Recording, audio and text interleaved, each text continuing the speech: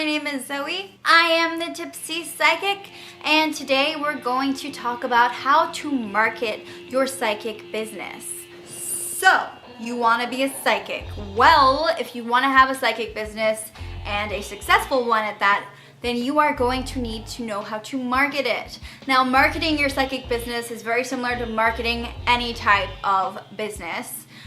You're going to need a way to get the word out to your peoples. Now, one of the questions I get asked a lot, surprisingly, by people when they find out that I'm a psychic is they say, how do you market your business? And so with psychics, it is word of mouth. Like, that's the biggest way that we market ourselves, right? Because it's not one of those things that you can really like explain. A lot of my clients have come from just people that know people that have known people, and they spread the word and they say this person's really accurate, book a reading with them, or I had a great time with my reading with this person, or oh, you're a psychic? I'd love to book a reading with you sometimes. It's a very good conversation starter, and it's really easy to sort of ease into marketing it verbally, I guess, in person. My first marketing tip is to have a business card. So this is my business card, right? So I have like tarot cards on the side, and you can get business cards easily online. Vistaprint is where I would go to print out mine, but they have like a lot of different options on it, and there are different websites and different companies and printing companies that will do it for you. But I usually order a shit ton of these. I have them always on me and my person, in my purse, and I have them distributed in shops. Like, people have access to my information, so that's really important. When you're doing classes and things like that, like this was my intro to tea leaf reading workshop. So you've got like the tea, and it tells you when. I mean, this was in 2016, but it's a perfect example. And then it goes into, like, on the back it talks a little bit about what I'm teaching. So yeah, so those are some examples of flyers or business cards. So have things you can hand out to show people. You don't want them to forget about you. Word of mouth is great, but when they have something to hold on to, it's really good, and they have your business information, your contact information right there. So yeah, definitely do that. Make sure that your website's on it. Have a website. That leads me to my second one. Get a website. You definitely want to have something. Mine is zoethepsychic.com, but I haven't been doing a lot of my psychic readings lately since I'm trying to focus a lot on this YouTube channel. So don't book a reading with me, but I'm just saying, like, get a domain name with your business on it. It's very important. Don't just make it like a blog. And make sure that you have all your information so people can look you up and book.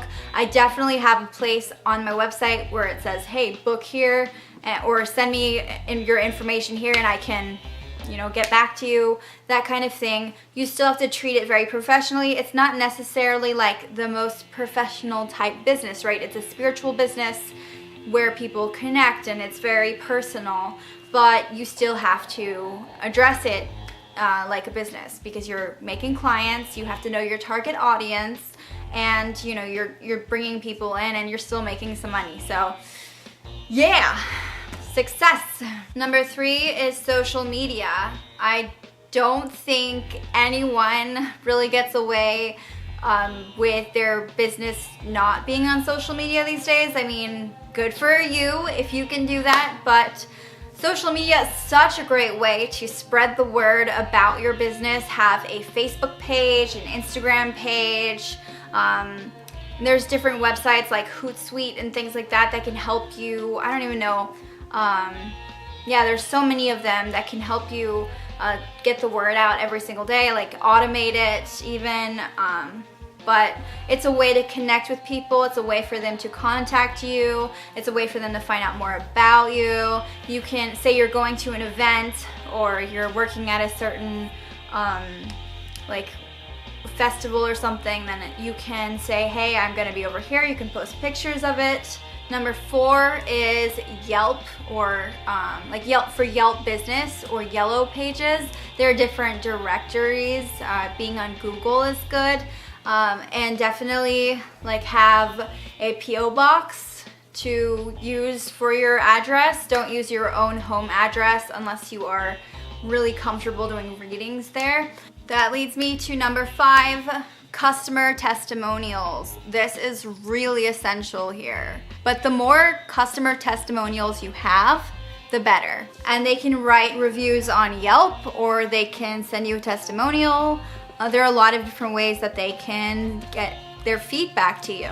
Number 6 is event services and directories. So there are a lot of directories out there for like weddings and events, and if people are looking up entertainment or services that they want for their next event, you can, have your own business page in there.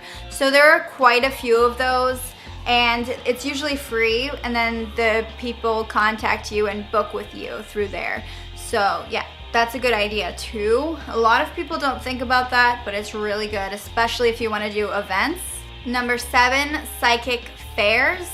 So I've talked about this a few times on this channel, working at psychic fairs, and the more you do it, the more you have access to more psychic fairs, because you are getting to know the locals, you're getting to know your other spiritual workers, and they might tell you something, or they might ask you to be a part of their event, and it's just really good to be a part of. So, and of course, when you have a booth at a psychic fair, you are actively promoting your business. Next is a referral program. So word of mouth is great, but if you can offer something like a discount for someone if they get another client in. Number 10, sponsor events. This is something that a lot of people don't consider. There are certain like events in your community, and they're always looking for sponsors, for people to give like gift certificates or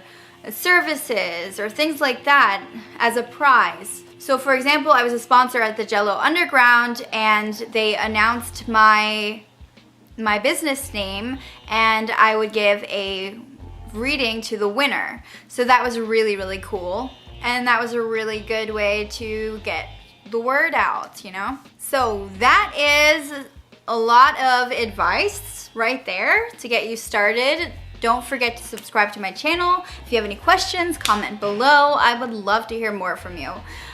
Bye-bye.